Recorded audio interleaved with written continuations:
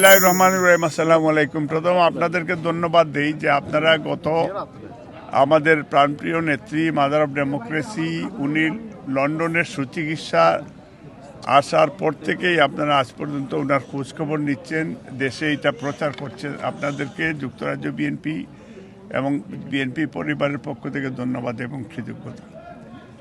আমরা আমাদের নেত্রী আগামীকালকে ইনশাল্লাহ আল্লাহর সহি সালামতে ওনাকে দেশে নিয়ে যাবে, এটা আমরা আশা করছি। আজকে ইতিমধ্যে আপনারা এই মসজিদে খসরু আমরা সবাই মিলে একটা দোয়া করেছি। আমাদের আগামীকালকে আমরা 1:30টার সময় আমাদের নেত্রী যাবেন। আমাদের নেতাকর্মীকে আমরা ইনস্ট্রাকশন দিয়েছি যাতে রয়্যাল সুইটের সামনে সবাই কালকে 1:30টায় যায়। আমরা আশা করছি আমাদের হাজার হাজার নেতাকর্মী সেইখানে যাবেন এবং বাংলাদেশে অনেক লক্ষ লক্ষ মানুষ অপেক্ষা করছে, কোটি মানুষ অপেক্ষা করছে দেশনেত্রী বেগম খালেদা জিয়া যাবেন।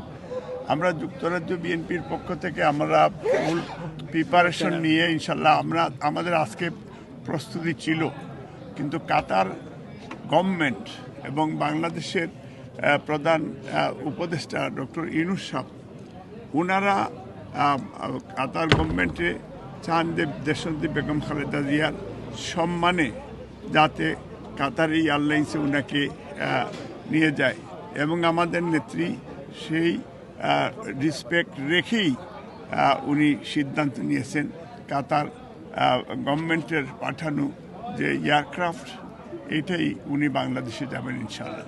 এবং এটাতে দুই দেশের ভবিষ্যতে এবং বর্তমানে বন্ধুত্ব আরও বেশি সুদৃঢ় হবে, ভালো হবে। এটা আমি মনে করি যে আমাদের জন্য এটা একটা সুসংবাদ। এবং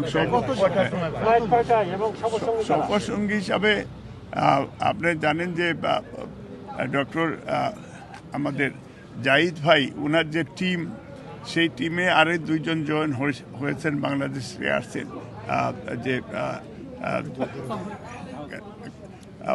2জন ডাক্তার বাংলাদেশ থেকে আসছেন এবং এই যে ওনার সাথে ডক্টর জুবাইদা ওনার ছেলের বউ এবং এই আরাফাত রহমান কোকর ওয়াইফ তারাও সেখানে যাচ্ছেন।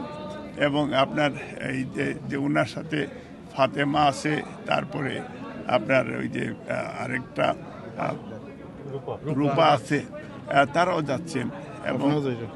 এবং যুক্তরাজ্যের থেকে আমি দলের প্রেসিডেন্ট এবং চেয়ারপারসনের উপদেষ্টা এবং আমাদের সেক্রেটারি সাহেবও যাচ্ছেন এবং আমার ওয়াইফও আমার সাথে যাবে। তা আমরা ম্যাডামের সাথে যাওয়াটা আমাদের জন্য একটা সৌভাগ্য আমরা মনে করি যে আলহামদুলিল্লাহ। এবং আমাদের একটা ড্রিমও ছিল যুক্তরাজ্য বিএনপি, আপনারা জানেন গোটা বিশ্বে সবচেয়ে বৃহত্তর আন্দোলন প্রবাসে যুক্তরাজ্য বিএনপির নেতৃত্বেই হয়েছে এবং সেই হিসাবে যুক্তরাজ্য বিএনপির প্রেসিডেন্ট হিসাবে আমরা মনে করি যে আমাদের কর্তব্য হচ্ছে নেত্রীকে আমরা প্রবাসীরা ওয়েলকামও করেছে এবং আমরা ওনাকে সেভ করার জন্য।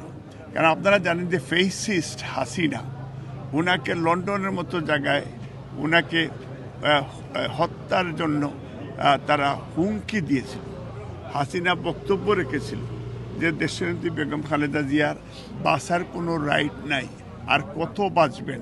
এবং এক পর্যায়ে এই হাসিনা আমাদেরকে কনভিন্স করার জন্য আমেরিকায় আমাকে 4 দাওয়াতও দিয়েছিল এবং আমি সেখানে বলেছিলাম এই যে আজকে বিএনপি পরিবার তার সাথে চা খাবে না আনটিল আনলেস যদি দেশনেত্রী বেগম খালেদা জিয়ার সুচিকিৎসার জন্য দেশের বাইরে আনকন্ডিশনাল রিলিজ দেয়। কিন্তু সেই দিন এই কন্ডিশন না মানার কারণে আমরা চাও খাইনি। আজকে আল্লাহ আমাদের দোয়া কবুল করেছে।